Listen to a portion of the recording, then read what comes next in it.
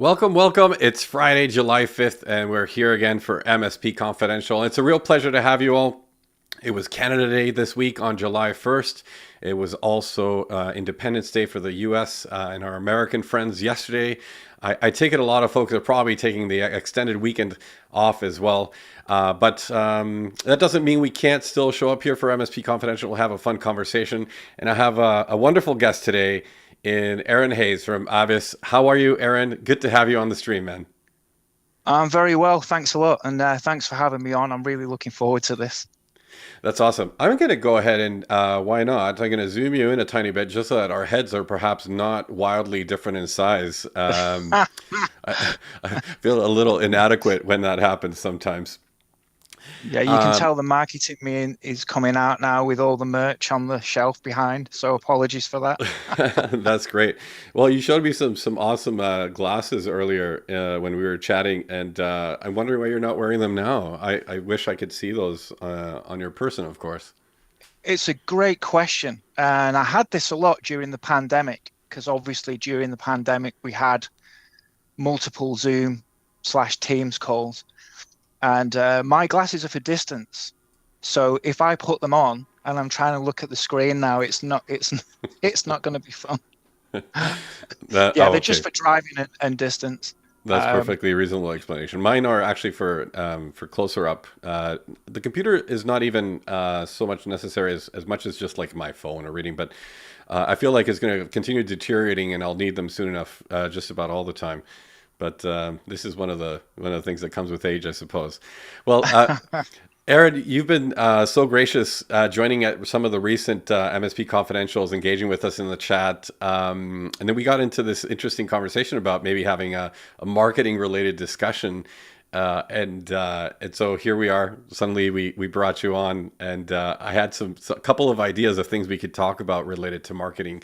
I titled today's session "Marketing Things and Non-Things," kind of addressing a bit of this idea that there's probably blunders that keep coming over and over and over again in the various lives of MSPs over time. And so maybe we'll even invoke ChatGPT and give us some ideas of some marketing blunders and talk through them, because I think there's some stuff there to unpack potentially. But I wanted to maybe start with a quick background on yourself and Aabyss. I know you work for Aabyss currently in the UK. Aabyss is a friend of ScalePads, of course, and we know lots of people from Aabyss that have maybe now transitioned, like Greg Jones, who transitioned from Aabyss into the vendor space and works for Kaseya. Greg's a dear friend, of course. But how did you find yourself in the MSP market, and what brought you to it? What attracted you to this industry specifically? Well, I've known the guys at Aabyss for quite some time. I'd say probably 10 years now. And I met Greg at a networking event, believe it or not IT related, although he did try and sell me IT solutions back then. That's how we met. I'm a veteran, so former military. And when I left the military, I had some choices to make about my career path. And the cyber IT space always interested me, always has done, probably always will. But I sort of didn't find the right company until I sort of started looking into Aabyss. And they were doing everything right in my eyes, and I could talk about them for hours. And I just had the opportunity through self-learning, if I'm being honest with you, and finding out a little bit more about IT and about the communities and the peer groups, and then plugging into Aabyss. And when the time was right to joined them, and I had a frank conversation with the CEO Andrew Allen and Troy Midwood, the CTO, and it was just the right time. And I joined them, and things have been fantastic ever since. Yeah, that's fantastic. Of course, I know Andrew as well as Troy, and I just saw Troy this week. In fact, I just got back from the UK. We were at the Network Group event near Manchester in Cheshire, and that was a lot of fun. It's great seeing everybody. Did you find that Abyss was already doing some things that seemed, on the money, correct in terms of marketing programs, marketing initiatives? Or did you feel like, hey, maybe these guys seem to be on the right path. I can help them further a bit of the marketing strategy and program. What was a bit of the inflection point for you to decide to reach out? Um, the answer is the role was built around me. So without starting to sound like Steve Jobs, uh, Abyss were looking for a marketer. And again, it's a great thing about the company. They welcome constructive criticism. They welcome people of all industry sectors and everybody in the industry, like say, maybe there's a better way. And so when it came to the marketing, I went in and had a look at the plans, and they were doing things right, but they're so busy with that side of the business. Mm. So when I went in to speak to Andrew, there was an offer on the table. Andrew told me his plans of his visions for the marketing as CEO. And then the brains came together and we had a conversation. And I offered my insights and my input and my experience. And Andrew just smiled at me and said, "This is exactly why we wanted to speak with you, because that's a great idea. These are good points. Let's get together." So actually, when I went in for the meeting for Abyss, the offer didn't come for quite, a few days afterwards, because Andrew went away and thought, right, I need to rethink this role to get the best out of Aaron and also so that Abyss can move forward. And again, all of my sort of ideas, experience, mistakes, which we've all made, all went into a big blending pot. And it was okay, let's take this, and this. And basically, the leadership team at Abyss took a step back and said, "You're the marketing manager.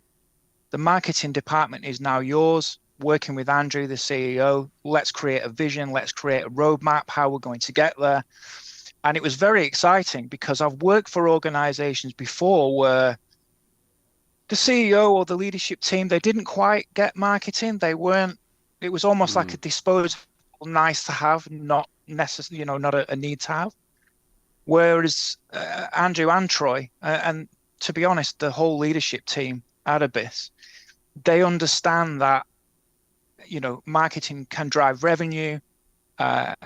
It's not just a vanity project.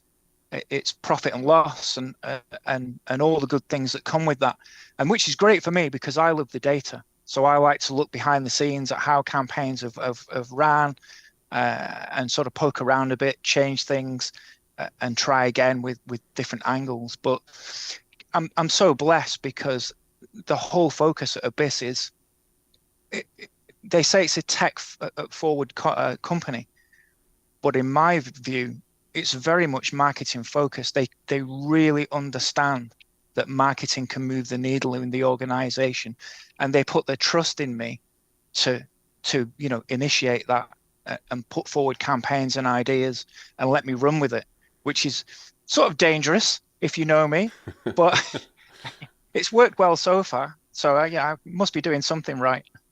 So that's interesting because the idea of being tech forward sounds more like what that external maybe prospect or client facing statement is, not so much as what you're suggesting being a marketing forward or marketing driven or a sales and marketing driven company. And maybe that's something to unpack as well, because I feel people generally put sales and marketing together, but they can have two distinct flows and execution styles, and maybe a company that's great at marketing is not so great at sales, and vice versa, and or a combination of the two. And so I'm curious how much you found as a marketer coming from outside the industry. I'm trying to speak to my own PTSD here of ever trying to do marketing for years as a small MSP myself. You know, how much confusion there is between what we think we do and what we think prospects need to hear that we do, and or the thing that helps us execute on that marketing strategy, I suppose. Yeah. A bit of a abstract question, I suppose, but Well, you've almost just answered it yourself because herein lies the challenge. When you go to peer group meetings, um, everybody knows you. Like everybody knows ScalePad and Abyss and companies like that. However, it all comes down to the potential customer. How are they going to find you? What do they know about you? And it's wonderful that you can go to award ceremonies and pick up award for, vendor of the year or MSP of the year. But what does that mean to the customer that's actually looking for your services? And I find MSPs sort of fall into that trap almost of it's almost cozy to be with your peer group and get that recognition of being the thought leaders within your space. mm, But my job as the marketer is to put that onto the sort of potential customer of why we are good, not just the shiny tech, not just, find that unique selling point. And I know it's cliche, but I've been to quite a few conferences and events where, the host has thrown out a question and, it's been quite obvious that marketing is got a long way to go in the MSP space, but what a brilliant opportunity to mm, drive that forward. And that's always been my narrative. Again, the same with Abyss. We're very much a help. We like to lift people up, help people, and I'm the same. My mission, so to speak, now is to drive marketing forward within the MSP space. mm, Um, give advice where I can. And again, it's great looking at it from an outside point of view as well, because I have a different lens, if you will. But that's the question: what sets you apart as an MSP or a vendor, and why should companies buy from you? And there's one statement that I'd like to make regarding that, and that's emotion. I hear people a lot say you have to understand what your customer wants to sell to them. That's only part of the puzzle. And if that's what all you're basing your marketing on, you may come across more objections. You really need to understand if your customer or potential customers got the emotional buy-in and the trust. Do they want to do business with you? And are they ready to buy? mm. It's great that they understand what you do, but are they in a position where they're going to give you the reins to their service, their company, and say, you guys look after my IT? And there's a big difference there. And that's where sort of the sales and marketing team can work together to formulate a plan. Yeah. I think in the realm of formulating a plan, this is something that again, it's so interesting to see the dichotomy between the sizes of MSPs. And as a small MSP that I was with my organization, we reached a maximum of 7 people, I think, at some point. I think it's always this little side job that the principal or one of the owners or somebody with some kind of responsibility seems to have.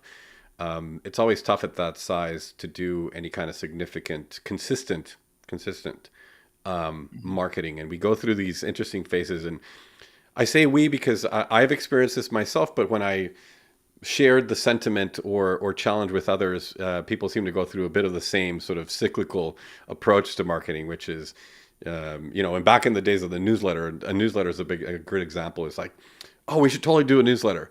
You get this whole thing set up, you do one newsletter, and then it dies on the first instance because the consistency is difficult to achieve and the execution is difficult to achieve, especially when we're so distracted by day to day and reactive stuff and even proactive Mhm. stuff if that's what's happening. But And so I'm curious where you find that there's a good maybe threshold um, of spending a little bit of extra time and resources on that dedicated individual, and maybe it's just a matter of outsourcing some component of it when you're too small, and finding a successful way to do it. And there's no shortage. I mean, you have your own creative services agency as well. I suppose helping people do some of this marketing thing as a service.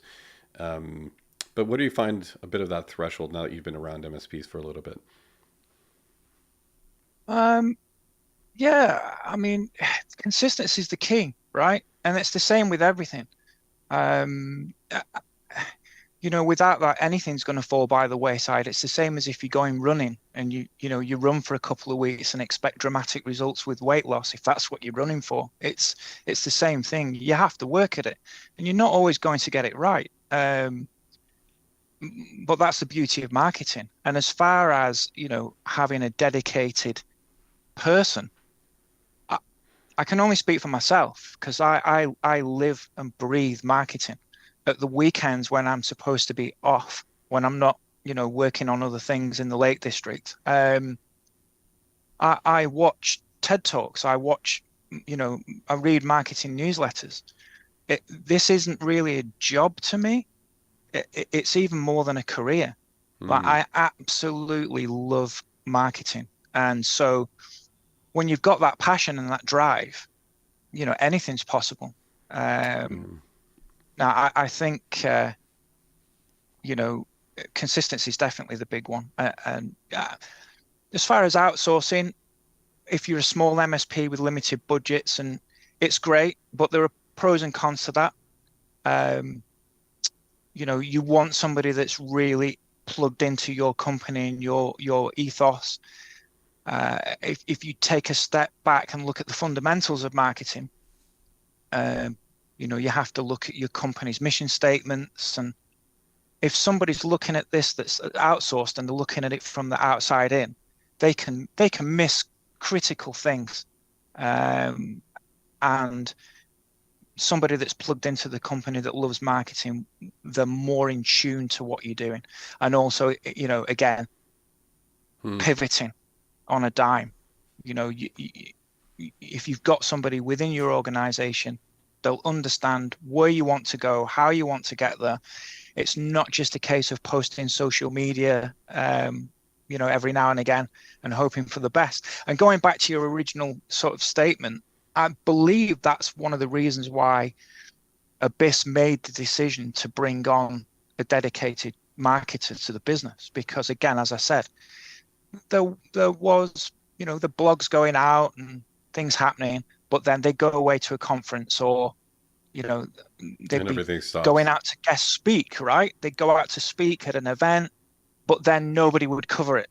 And then weeks would go by, and so, I mean, that hasn't really happened since I've been there. If anything, I think people are, you know, uh, exposed to Abyss more than they ever have been. Yeah. Well, I noticed on the Abyss website that you actually do talk very specifically about 3PT, people, process, forget the third P, and technology. Yeah. Um, and it reminded me a bit of some of the approach I've seen from creative agencies specifically, because they tend to talk a lot about what it's like to work with them. And MSPs had traditionally kind of been more on the laundry list of services as opposed to, what it's like from a process perspective to work with them. And I like this, and I'm curious, if this was an intentional thing that you brought to the organization, what people's feedback on that is, and or how you even go about successfully getting some positive or negative feedback from prospects and clients about that initial exposure to a bit of the process to the marketing, collateral and so on. Yeah, the 3PT process was actually embedded way before my time. And again, the client's feedback's been fantastic because we operate a little bit differently. We're quite fortunate in the fact that Abyss really enjoy working with operationally mature companies. So we were very specific in the companies that we want to work with. So we have those processes in place because they work. Mm. And if companies question those processes or they're not really playing the game, then quite simply that they may not be the right company for Abyss.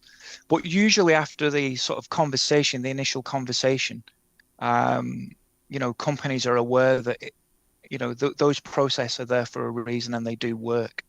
Um, and I mean, we've got something like a 99, retention rate of customers. So we don't really get people leave the company because it's fresh for them. It's different. Um, if you've ever had the pleasure of going on a site visit with Andrew Allen, it's a thing to behold.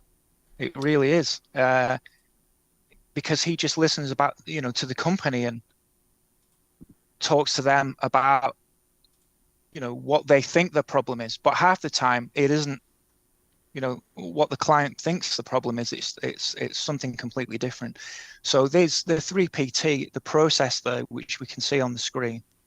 It works. It's actually an amazing thing to have on your toolkit, because it sets the stall out for the clients and it sets expectations as well. Yeah, I have found there was a point in which with Ook, my own MSP, we kind of rejigged a bit of how we talked about what it's like to work with us. And we talked about the continuous improvement process. And one of the things we incorporated is a bit of the Paul Dippel's operational maturity level. And we spoke to how, our goal was to try and help our customers' operational maturity increase with regards to technology, of course. At the same Mhm. time, we're trying to grow our own operational maturity as a IT provider. And these things tend to happen in sync. It was something that we talked about with prospects very outwardly, was this idea that it's very difficult to have two very different levels of operational maturity between ourselves and the client. Oftentimes that results in just a non-fit situation potentially. Either we find the client is just not engaged with us because they're not operationally mature enough or not advancing in that maturity, or vice versa. The client's just too big for us, and we can't do some of the things they need to do just from a purely operational perspective. And so I find that people do latch on just emotionally to the fact that a process exists, and what is the approach to the big picture thinking, um, and that helps sort of walk back a bit of or reverse engineer a bit of what happens on a more day to day process, or the quarterly achievements, or the QBR process that the organization might have, and so on. So I do like this very much. What have been some of your other marketing successes, I suppose? What do you aside from the 3PT? What have been things that clients have specifically given positive feedback on? And it's tough to pull it from clients. I totally recognize sometimes they give you no feedback and you never know. Well, again, the marketer in me, I'm not what you call the shy retiring type.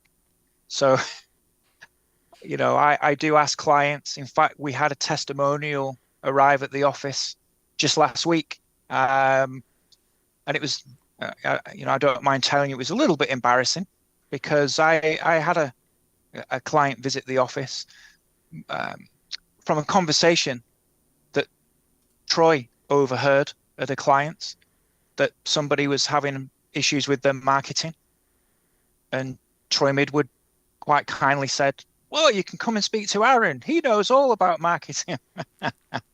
So the client visited the office and we spent some time and I gave him some reassurance and some plans, and he left very happy. And I said, listen, it'd be wonderful if you could give us a testimonial, because he'd already stated that he was over the moon with Abyss. The service desk, um, just the competencies, the communication was there, over the moon. And, the client said, absolutely, 100%. And I said, just so you know, it's going to be used on social media and on the new website, right? And he said, oh, fantastic. So 2 days later, I get a message in my inbox, and it's a testimonial all about how wonderful Abyss are, but how amazing the marketing department is. So I sort of approached Andrew Allen and said, I'm really sorry about this because I was hoping for you know a, a great write-up about the guys on the service desk and the leadership team. And Andrew looked at me, and this is the brilliance of the man. He just said, it's a good thing because it shows we're not a one-dimensional company. And this is what we're trying to do. We help clients, regardless of if it's marketing, if we have the expertise in-house and we can ease a client's pain points, then why not utilize that? And so it made me take a step back and again, rather than having that siloed marketing department mentality, it was a reminder that it's the company, that the overview of the company, and that everyone within the organization can play their part to help make clients' lives easier. And it I was a love that. stark reminder that it's not just about those service desks, even though obviously that's important.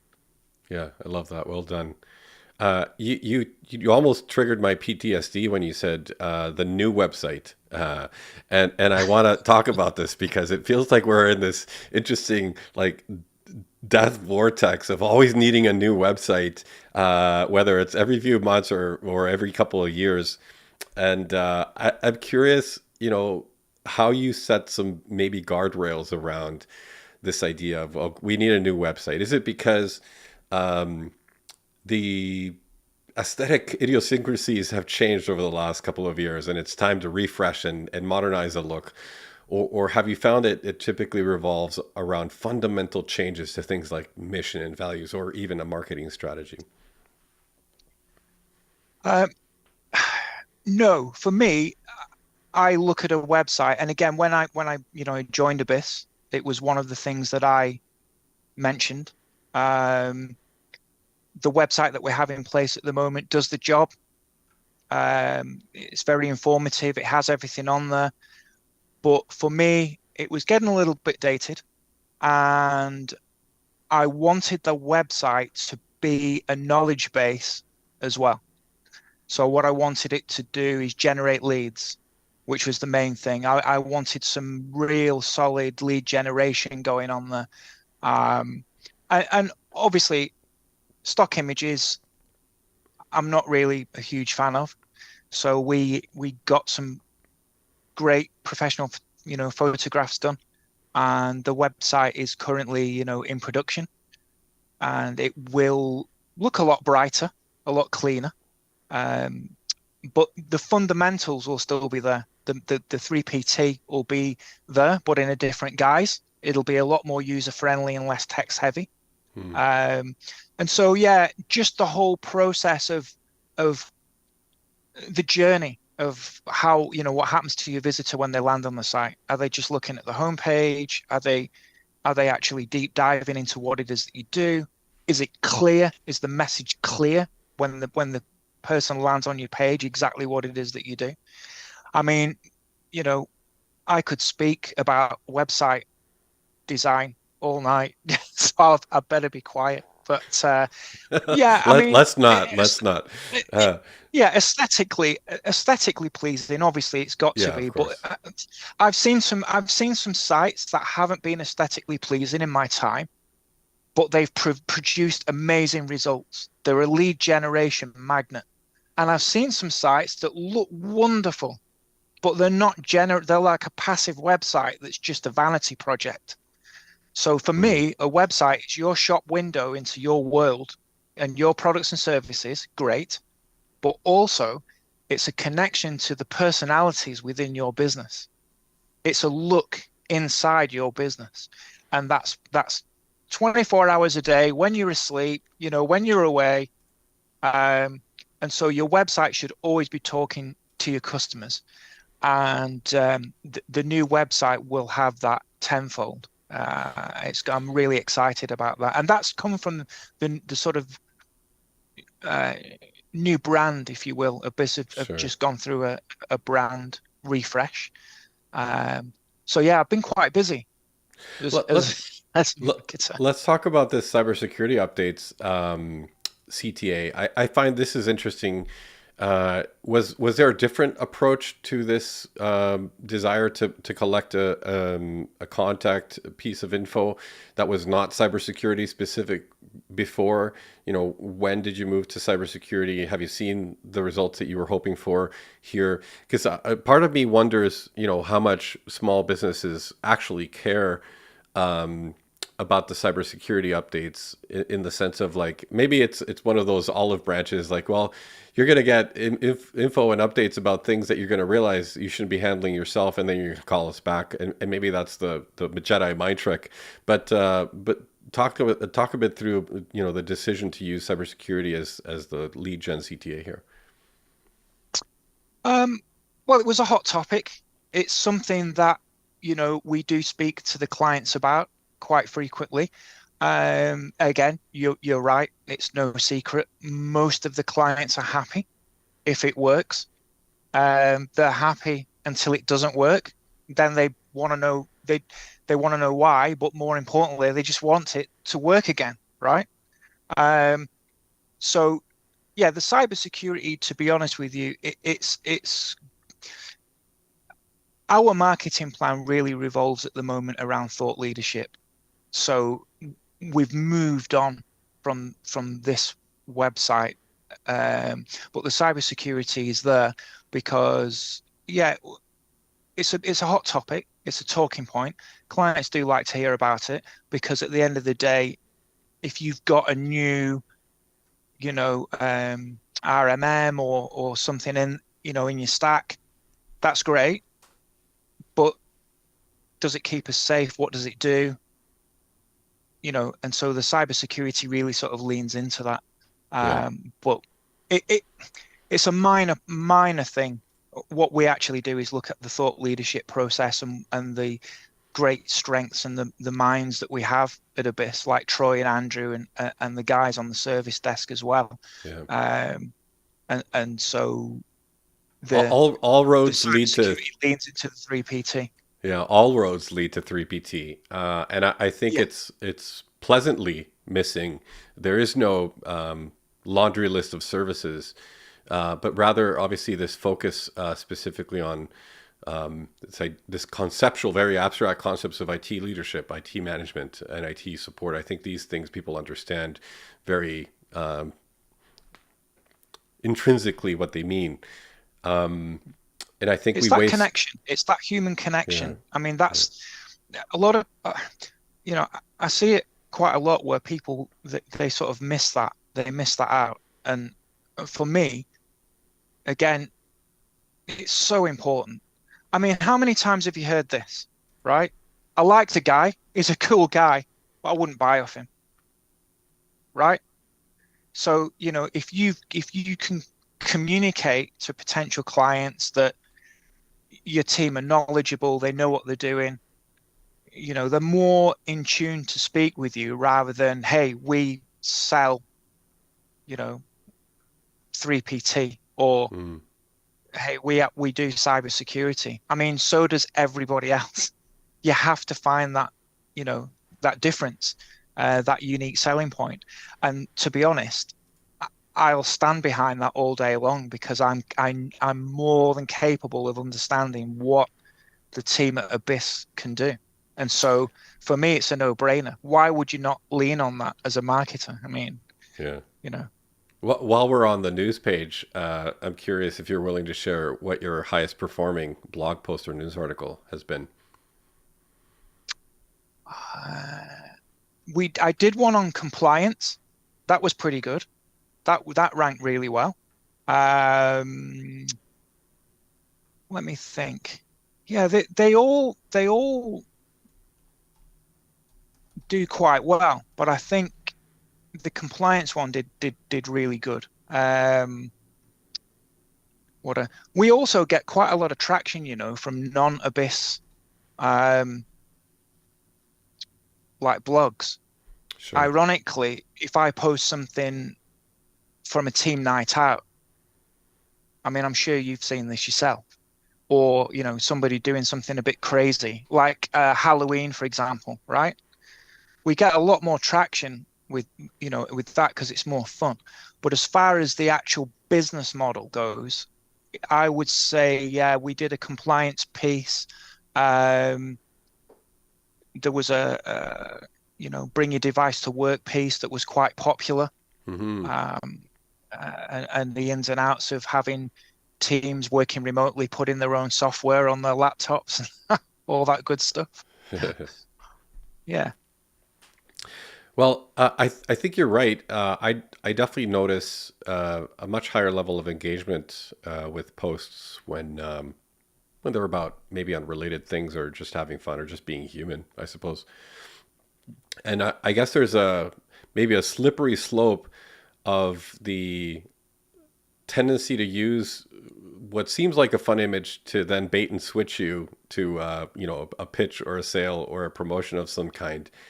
And then there's the folks that I see do this quite well, just manage to rejig the whole topic into just a fun conversation about the image, and then maintain a bit of the engagement, not make you feel like you got tricked into a bait clicky type of headline or image, only to be told Mm. about something else entirely. And I'm curious if you experiment with these things just day to day, what your process is around trying to try new things or different posts or different just approaches to a bit of that type of organic content. And guys like Gary Vee talk about organic social being kind of the next bastion that we need to get to in terms of reaching people and capturing their attention. I mean, I think some companies have had great success with that on the TikTok platform. Um, because again, it shows a more human element. I was actually at the marketing showcase event last week, and it was highlighted there that um, people using TikTok are finding really good results because it's unpolished content.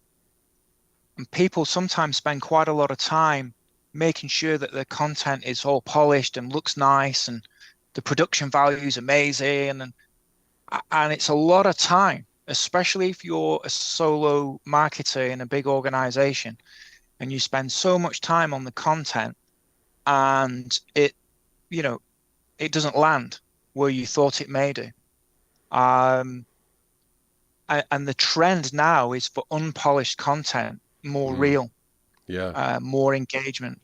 And there's been some amazing companies that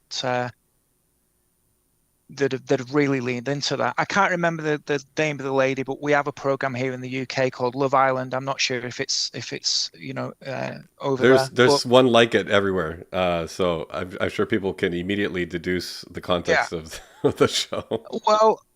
Well, there was a young lady on there who I think she won the competition, and she left the house from the competition, and a huge company offered her a contract, and they made some water bottles and with the company's name on it and her name, and she went on and they spent millions on this, and it flopped. It flopped.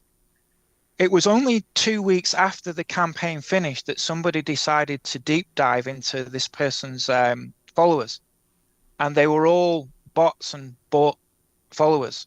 So there was no engagement. Mm, Um, and so, yeah, I, I mean, the organic content's great, but you've also got to be very careful where you tread, the brands that you associate with. I mean, there's also all kinds of ways of doing it. There really is. I mean, I like, guest bloggers coming on and, actually imparting their knowledge in blogs as well. But yeah, as far as the organic content, um, I find real works better. Real works better.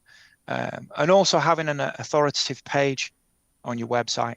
So yeah. if you want to lean into cybersecurity, have case studies, have like real stuff again, like client testimonials. And I know it sounds really obvious, but I've spoken to some people that that haven't really, again, as you alluded to earlier, won't ask, or they're not sure, or they're not confident, or they don't want to ask the client for a testimonial. And I'd rather ask and be told no than never ask and never get. Yeah. And again, that's where having a marketer with with a bit of enthusiasm comes in handy. I don't take it personally when people say no. Well, we talked about this idea of marketing blunders, and I think that's definitely a blunder to simply never ask. I think you just is kind of like, what would ever possess you to never even ask the question or request the feedback. But I thought we could maybe ask ChatGPT what it thinks are some of the biggest marketing blunders, and you might have some top of mind as well. In the MSP world, what are and see what it spits back, and maybe we'll get into the conversation. I can give you one while you're typing that in there. Go for It's it. cutting and pasting American content, because if you're using organized with a Z or a Z, Yeah. it doesn't fare too well when it translates over here. To And the that to one the mistake is a now the King's English. glaring error. Yeah. Yes, yeah, yeah. And you see that a lot, Um, Let's see yeah, what there it you go. spits out here. There you go. Neglecting customer testimonials and case studies. You were just talking about that. Yeah, yeah. It's a Igno- biggie. Ignoring the target audience. Failure to tailor marketing messages to the specific needs and pain points of MSP customers can result in missed opportunities and disengagement. It's essential to speak the language of your target audience and address their unique challenges. This is a super interesting one because I feel like if you were to do a collection of a whole bunch of MSP blogs, they tend to go very deep into content related to the cybersecurity industry or stuff that is generally going to be not necessarily of interest to the target customer that you have. Yeah. And if you're a vertically focused MSP, if you're in the construction vertical, or in the medical or law or what have you, I find that MSPs that have spent the time to learn about that industry and just try to connect technology to what's happening in that particular vertical or industry is a very successful strategy for targeting customers. Now, do you guys have a specific vertical that you work with, or a little bit more generalists? Again, it falls back to that operationally mature. But I mean, we work with a few manufacturing. Um, yeah, we have verticals across the industry, to be honest with you. It really is about the service that we provide, and yeah, we do take a lot of time to learn about the customer's needs and their pain points, obviously. Hmm. But we never actually go in to a meeting professing to know everything about their organization and their pain points. It's down to them to tell us, and then have that open conversation. Um, but there's some good points on this, though. Yeah, That I was. over promising and under delivering, that's This a is. that's a biggie as well. I just heard this That's great thing huge. the other day. Customers may leave you because of price, but will return for great service. Yeah. But when customers leave you for poor service, they'll never return at any price. And that's an interesting one. I think overall, as MSPs start to grow and scale, the function of sales and marketing and the function of service become two different beasts, so to speak, and therefore increases the opportunities for overpromising and under delivering, potentially because you have a sales team that's saying certain things, and a marketing engine that's maybe promising certain things, and then the handover, sometimes balls get dropped. But what are some of your thoughts on this particular one? Yeah. The again, I can only speak from my experience, and that crossover between overpromising and under-delivering doesn't really happen at Abyss, as far as from the marketing lens. And here's why. So whenever I have a new campaign, and it's normally once a month, I'll lean into a different topic. We have an enablement document, and so I go down and I speak with the sales, procurement, and also the service desk. And that document goes into our SharePoint, and then a newsletter goes out as well. So everyone in the organization is aware of the subject matter, the frequency, so how many blogs are going out that month, what the topics are. And so everybody's aware. And so that doesn't really happen. And also it's a chance for me to speak with everyone else in the organization and say, are we on the mark with this for next month or the month after or the next quarter? What are some of the, roadblocks that you're facing? Mm. What are some of the people, what are they saying to you over the phone? Is there any recurring themes that are coming across in your conversations? And then obviously you can reverse engineer that and pull together a campaign that again speaks to your audience. But that's almost, it's a very, it's a very sort of reactive model. So I'm pretty sure that a lot of the pain points that we have, other MSPs will have as well, right? So you've got to think ahead. And so yeah, we have a document that goes out so that everybody's on the same page. And again, the customer testimonials and case studies, just Yeah. gold. Like I don't understand why people wouldn't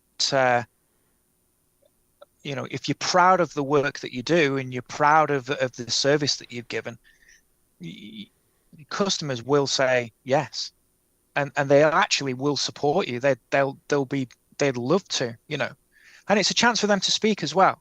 Don't go into the conversation with an expectation of what you're going to get out as such. Just have an open conversation and let them speak, and the clients will just tell you what they like and what you do well.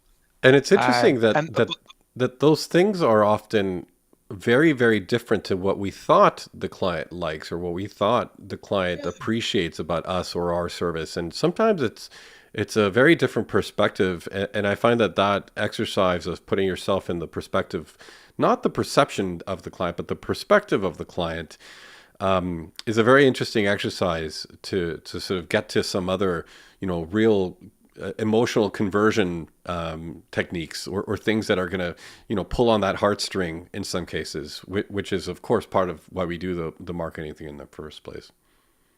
well, the customer testimonials also as well. It's not just a case of making the company look great, right? I like to relay that information that comes in from those testimonials back to the team because it makes them feel good about the organization that they're working for, that they are making a difference. They're not Yeah. just working on tickets. They're actually keeping businesses running, keeping that engine going, and that their input, even if they think it's small, it makes a huge difference. And so if you sort of get out of the habit of looking at customer testimonials as just something to put on your website, again, you're falling into that vanity project mindset. Why do we want the testimonials? Yes, it looks great from people looking at our company on the website or social media, but pass that information to your team because Yeah, those guys on the service desk will really, really, it will give them a lift and it makes them feel good about their job. absolutely. We talked a bit about the lack of differentiation as well, and I think 3PT is the perfect example of how you're focused very much on that process and that being the real differentiator. I think gone are the days of just listing a bunch of services. All these things are so commoditized these days that none of those things are really effective in attracting new sales opportunities. There we go. Poor website design and user experience. Outdated. I didn't type this, by the way. I didn't No, type this. This was but for definitely everybody's chat. benefit, This was we just yeah. asked ChatGPT 4.0 what it thought some of the biggest blunders in marketing are, and it's kind of delivering here. If I'm honest, there's some good stuff in here. By the way, there's a few people that are tuning in live, and if you just drop us a comment, what are some of the big marketing blunders you've seen? Maybe we'll throw them up on the screen and have a conversation about them with Aaron here. But poor website design and user experience, I find, is an interesting one too. if people just can't be triggered to care about the thing that is they're looking for, if you can't even express in clear terms a challenge that your potential prospect or customer is having, I think you have bigger problems, of course. But this is a unique challenge of the MSP world. We love the technical discussion around the technical solution, but those are often not the business outcomes or the business process things that the prospect or client is obviously thinking about. And so it takes sometimes a little bit of a shift and transition or evolution of that small MSP that is used to thinking in technical terms, to kind of shift a bit. This is where I guess expert marketers come and save the day, of course. I used to have this. I used to work for a web development company. This is going back a few years now, and we had this fun thing we used to do on the last Friday of the month, and we would get the technical guys to design just loosely a website homepage, and then the technical guys would give us a challenge, like a back-end challenge to do with code. And it was just hilarious. I can always tell when a technical person or a CTO has had a hand in designing a website. I can tell a mile away. It's glaringly obvious to me. So yeah, it's sort of one to avoid if you want to make your site look pretty. Definitely. Obviously this is also where expert marketers really can do some of that consistent review of SEO, the organic search results, the content marketing, the constant attention that it requires to see what's working, what's not working. These are the things I think that are way below the surface, bottom of the iceberg type of thing, that owners sometimes feel that they can figure it out, and then sometimes they hit that brick wall pretty quickly of like, well, there's this a lot deeper. I'm just going to write a couple blog posts and hope for the best. So yeah. And then you've got things like Google Analytics that change the algorithm all the time, and GA4, and you've got quite a lot of moving parts in the background that you've also got to keep your eye on. But yeah, SEO is certainly an ongoing thing that you do have to keep your eye on. But it's one of a small cog in a big machine, certainly. But going to that ChatGPT, pull out I would say the user journey as well. And this goes back to what I was saying earlier. You can have a website and it's great. Wonderful. It tells customers where you are, where you're located, what your main business is. You can have your company personalities on there, like who's on your leadership team. That's great. But is it generating you leads? It's almost like you've got this weapon in your arsenal. You've got to feed it with ammunition to make it effective. That's the way I look at it. It's great that it looks pretty, but if it's not producing, marketing leads or sales leads, qualified leads, you're missing a trick. Because a lot of this can happen while you're asleep. People look at the websites at all kinds of strange hours, and they might read something or see something and just engage in a conversation, and you're top of mind. But if they're just looking at a website and it's got, we're a managed service provider based in Liverpool, great, and then they click onto the next page and we do this, we do that, these are our services. There's not really much point to stay after that. They might revisit, but if you can tell a story on there, a good narrative of what your company's about, your company beliefs, as well as your MSPs, the fact that you're trusted by other people, that your company's built on integrity, knowledge. These are the reasons for people to come back and engage. And it's that having a website that's working for you, or just a vanity project, and you're just hoping then that person is going to pick up the phone or send an email. Like if you've got gated content on your website and people are actually reaching out to gain infographics or ebooks that you've produced, that's engagement. You can track and monitor that, right? But a lot of companies don't. They sort of shy away from that as well. Yeah. Social media is an interesting one too, and apart from the obvious, I find that's an interesting double sword in the sense that if any of the MSP prospects behave anything like I do from time to time, I often don't care about any of the actual social media content. I just want to know that some of it's there.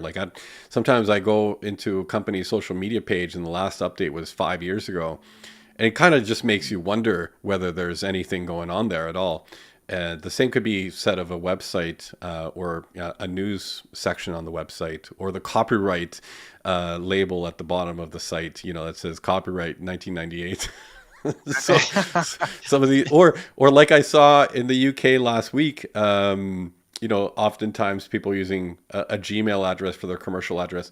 And maybe I'm being a little uppity about it, but some of those things, as a consumer myself, I want to see that there's care to the process of being in business, and not just what do you deliver, which of course is important. But I think the expression "how you do anything is how you do everything" sometimes comes to mind in those scenarios where if you're taking a shortcut or just doing the bare minimum for some aspects of the business, you might be doing that across many aspects of the business, including the service or products or things that you sell to me. And so that's an interesting thing, is obviously the attention to detail can sometimes bite you in the ass.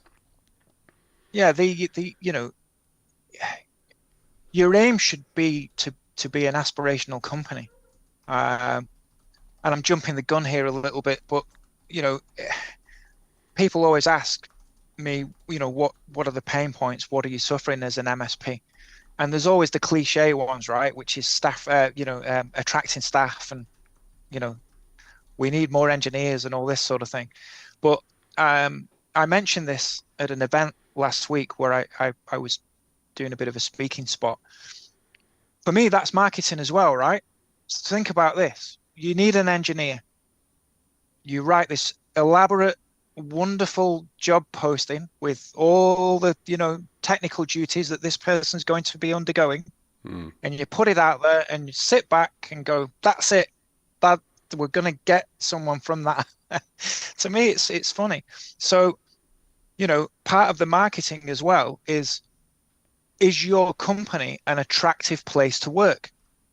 What's your culture like? What are your values as a company? These things are important. It's not just, people aren't just looking for the job role these days, or the money, or is the hybrid working? If you want to keep your staff and nurture your staff and grow your team to be those leaders in the industry, you've got to bring in people with the right attitude and the right mindset. You can teach skill. You can teach skill to a degree, but if they come into the organization and the culture is not the right fit. And so, yeah, for me, that's a huge thing, that people just put out, job postings and expect miracles. And then we can't find anyone. Yeah. And then you look, they don't do staff days out, they don't do team evenings, and you sort of you've got to join the dots at some point. And again, it's looking at it from, if I was looking for a job with an MSP, would I want to work at that company?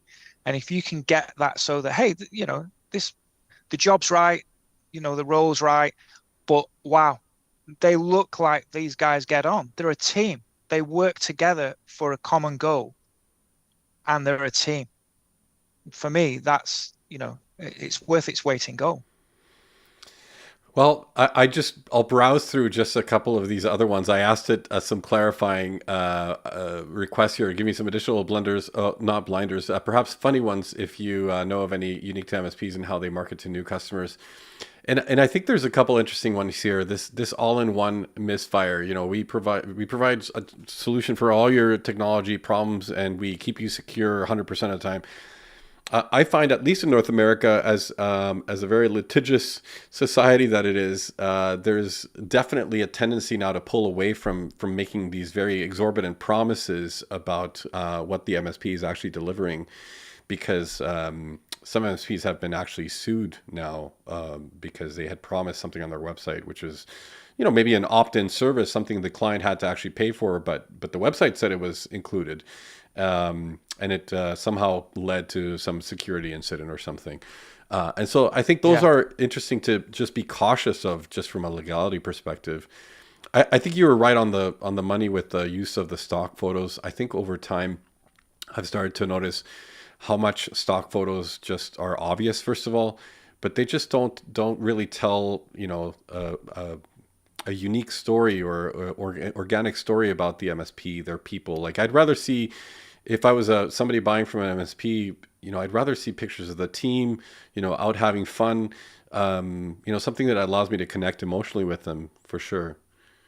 I love Yeah. this one too. Outdated tech reference, and this is one of the, I guess, tribulations of dealing with lists of services on your website, is that unless you're maintaining that, some of these will be quickly out of date. Especially now that evolution of technology is so quick every year. There's 10 more versions of something that are out of date, and it's not worth even mentioning anymore from a marketing and website perspective. Yeah. The thing is as well, the clients, I like to give clients a lot more credit. That they're switched on. They're running their own businesses.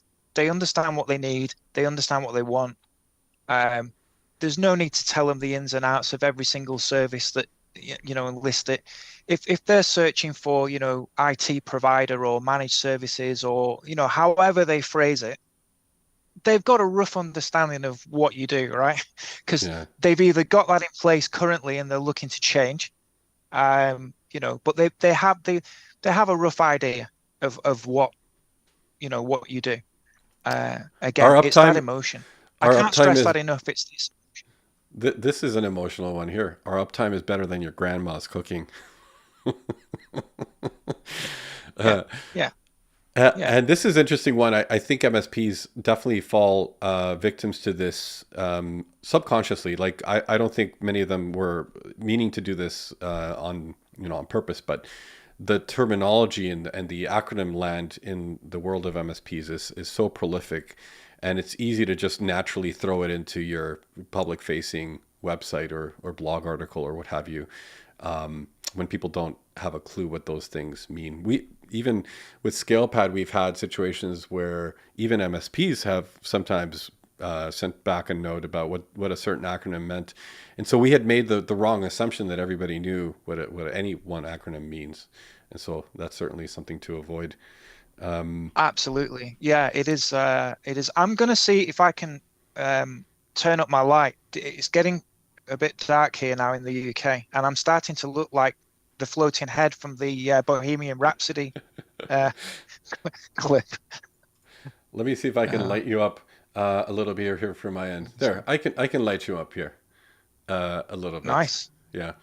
Well, ironically, we're coming to that time of the day. I know it's late for you because you're over in the UK, and so it's close to 9 p.m. for you, which I appreciate greatly that you spent your Friday evening to come and Oh, hang this out. has been fun. Are you kidding me? Like, I wish we had more time to talk about more things. I mean, the website, for example, right?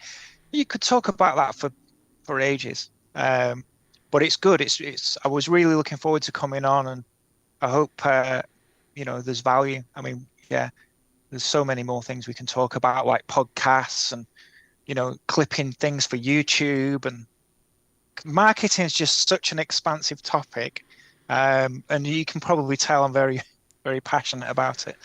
We'll Marketing for plan to good. do a follow up maybe in a couple of months. I think it would be great to talk about some of those things specifically. I think the everybody's is wanting to do a podcast, and I think there's for an MSP potentially talking about how technology is changing their clients' environments. I think could be a really interesting thing if what they want to do is have a podcast about uh, sales opportunities or that's driving sales opportunities and marketing opportunities. But more often than not, I see just MSPs kicking off podcasts about technical MSP things that the customer potentially don't care anything about. So Yes. that'll be an interesting one to unpack as well. But in the Yeah. meantime, Aaron, thank you so much for hanging out on your Friday evening. Everybody that joined us today, thank you for hanging out. I know it's kind of an extended weekend for our friends in the US as they took the extra day off to have the 4 day weekend. But we're back here every Friday at 12 p.m. Pacific, 3 p.m. Eastern, or 8 p.m. British Standard Time. Thank you so much for hanging out with us. My guest today has been Aaron Hayes of Aabyss. It's been a pleasure and a privilege, sir. Thank you for coming and hanging out. And to everybody else, thank you for joining us. And we'll see you all next week again for MSP Confidential. Ciao. Thank you very much. Goodbye.